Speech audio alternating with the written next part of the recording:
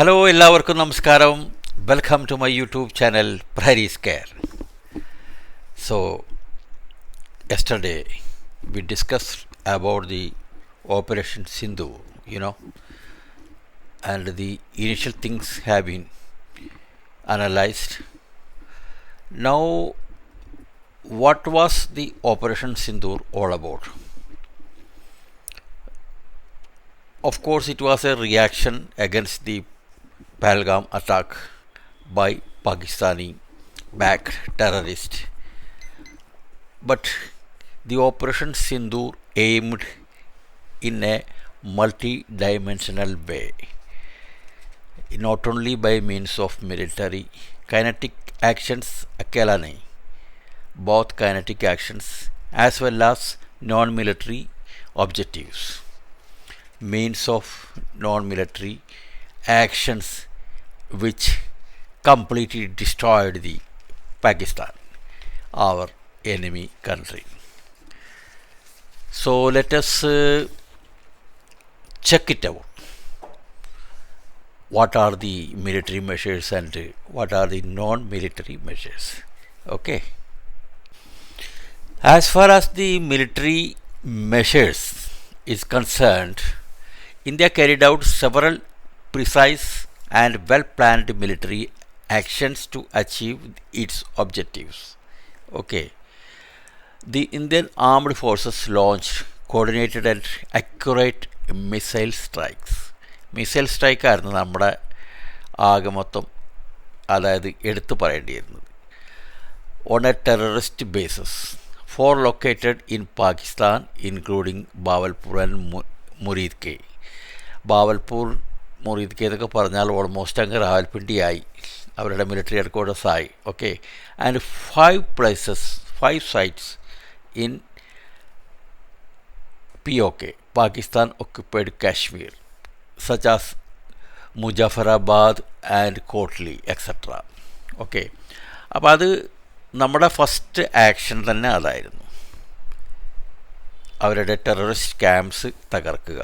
Okay. These locations where key command centres of Jaish Mohammed. JE എന്ന് വിളിക്കുന്ന ജെയ്ഷെ മുഹമ്മദിൻ്റെ കീ കമാൻഡ് ഹെഡ് ക്വാർട്ടേഴ്സ് ആയിരുന്നത്. ആൻഡ് ലഷ്കർ-e Taiba LET, responsible for major attacks like Pulwama in 2019 and Mumbai attacks in way back 2008. Okay. These were these terrorist outfits were responsible for these actions against India in India. In retaliation to Pakistani drone and missile attacks on Indian cities and military bases on May 7, 8 and 9, 2025, India deployed kamikaze drones with objective of neutralizing Pakistani's defense capabilities, including disabling Lahore's air defence system. ലാഹോറിലെ air defence സിസ്റ്റമൊക്കെ തകർത്തെറിഞ്ഞുകൊണ്ടാണ് നമ്മുടെ kamikaze drones 100% precision സ്ട്രൈക്കോടുകൂടി മുന്നോട്ട് പോയത്. India's air defence system successfully interpreted all incoming threads.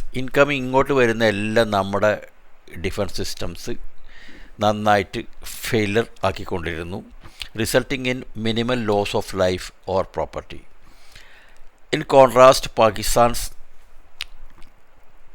HQ-9 air defense system was exposed as weak.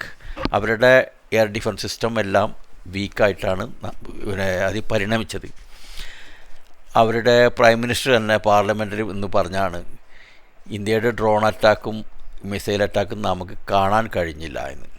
അതായത് അവരുടെ റഡാറിന് അത് റീഡ് ചെയ്യാൻ കഴിഞ്ഞില്ല, അതുകൊണ്ടാണ് അതൊന്നും തകർക്കാതിരുന്നത് എന്നുള്ള വളരെ ഓണസ്റ്റായിട്ടുള്ള ഒരു മറുപടി അദ്ദേഹം പാർലമെൻറ്റിൽ നൽകുകയുണ്ടായി. That is really appreciable. On the night of May 9 and 10, 2025, India's counter-offensive became a historic milestone when, for the first time, a country successfully attacked the air bases of a nuclear-armed nation. Nuclear armed നാഷൻ്റെ air bases ആക്രമിക്കുക എന്നുള്ളത് first time in the ഹിസ്റ്ററിയാണ് ഇന്ത്യ ചെയ്തത്. Of course Pakistan is a nuclear capable nation and we attacked their air bases without any mercy at all. അപ്പോൾ അതൊരു റെക്കോർഡായി തീർന്നിരിക്കുകയാണെന്നാണ് പറയുന്നത്. Within just 3 hours 3 മണിക്കൂറിനുള്ളിൽ India targeted 11 military installations including Nur Khan, Rafiqui, Murid, Sukkur, Sialkot, Pasrur, Chunian, Sargodha, Skardu, Bholari and Jacobabad. ഈ സർഗോദ എന്നൊക്കെ പറഞ്ഞു കഴിഞ്ഞാൽ ജസ്റ്റ് അവരുടെ ആറ്റോമിക് വെപ്പൺസ് വെച്ച കിരാന ഹിൽസിൻ്റെ ഒക്കെ തൊട്ടടുത്തുള്ള സ്ഥലമാണ്. സർഗോഡ എന്നൊക്കെ പറഞ്ഞാൽ it is A vital place as far as the Pakistan is concerned. Satellite images before and after strikes on Shahbag's air base in Jacobabad clearly show the scale of destruction. അത് satellite ഇമേജിൽ നമ്മൾ clear ആയിട്ട് അന്ന് T വിയിൽ ഇഷ്ടംപോലെ നമ്മൾ കണ്ടുകൊണ്ടിരുന്നതാണ്. അവരുടെയൊക്കെ air base എല്ലാം കുഴിഞ്ഞു പോയിട്ടുണ്ട്.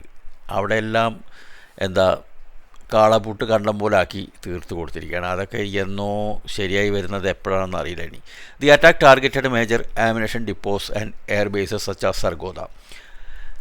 നേരത്തെ പറഞ്ഞ പോലെ സർഗോദയിലുള്ള ammunition depots and air bases and Bholari where F-16 and JF-17 fighter jets were stationed. America കൊടുത്ത F-16s ആൻഡ് ഈയിടെ അവർ അമേരിക്ക ഇമ്പ്രൂവ് ചെയ്ത് അവർക്ക് കൊടുത്ത JF-17 ഒക്കെ ഒരു അട്ടർ ഫെയിലറായിട്ട് ആകെ നാണം കെട്ടിരിക്കുന്നൊരു സിറ്റുവേഷനാണിപ്പോൾ വേൾഡ് ലെവലിൽ. ഓക്കെ, അവരുടെയൊക്കെ കസ്റ്റമേഴ്സ് എല്ലാം കുറഞ്ഞിരിക്കുകയാണ്. വേൾഡ് ലെവലിൽ അമേരിക്കയുടെ പണി എന്താണ്? അവിടെ ഇവിടെയൊക്കെ ചെയ്ത് തോണ്ടിപ്പിടിച്ച് പ്രശ്നങ്ങളുണ്ടാക്കുക, എന്നിട്ട് അതിൽ ആ പ്രശ്നങ്ങൾ തീർക്കാൻ വേണ്ടി ആയുധം വിൽക്കുക. അതാണ് അവരുടെ മെയിൻ ബിസിനസ്. അപ്പോൾ അതിനു വേണ്ടി അവരുണ്ടാക്കിയിരിക്കുന്ന ഒരു പുതിയൊരു ഫൈറ്റർ ജെറ്റാണ് JF-17. അത് തീരെ ശരിയല്ല എന്നുള്ളൊരു റിപ്പോർട്ടാണ് വന്നുകൊണ്ടിരിക്കുന്നത്. Technically it is very poor. As A result nearly 20% of Pakistan's air force infrastructure was destroyed. നമ്മളൊരു ഒരു നോർമൽ ഇതാണ് പറയുന്നത്, മിനിമം ലെവലിലാണ് നമ്മൾ സംസാരിക്കുന്നത്. 20% നമ്മൾ അവരുടെ എയർ ബേസസ് ഡിസ്ട്രോയിഡ് ചെയ്ത് കഴിഞ്ഞു. Okay, over 50 individuals including squadron leader Usman Yusuf and 4 airmen were killed in the bombing of Bholari air base. Several Pakistani fighter jets were also destroyed. അവിടെ സ്റ്റേഷൻ ചെയ്തിരുന്ന ഫൈറ്റർ ജെറ്റ്സൊക്കെ എല്ലാം ഡാമേജ് ആയിട്ട് ഡിസ്ട്രോയിഡ് ആയിട്ടുണ്ട്. ഇതെല്ലാം ക്ലിയർ കട്ടുള്ള നമ്മളെ അതായത് നെറ്റിൽ വെബ്സൈറ്റുകളിൽ അവൈലബിൾ ആയിട്ടുള്ള ഇൻഫർമേഷൻസാണ്. ഇതൊന്നും നമ്മളെ വീട്ടിൽ നിന്ന് കൊണ്ടുവരുന്ന ഇൻഫർമേഷൻ അല്ല. Okay, under operation Sindoor India executed precise strikes on several terrorist hubs and military facilities in Pakistan. After Pakistani artillery and mortar attacks targeted civilian areas in the Poonch-Rajouri sector along the LOC line of control, Indian forces retaliated, destroying terrorist bunkers and Pakistan army positions that were targeting civilians. A half-burnt photograph of Asif Ali Zardari, Pak President, recovered from the smoldering debris of Rahim Yar Air Base, symbolized the destruction of Pakistan's international image.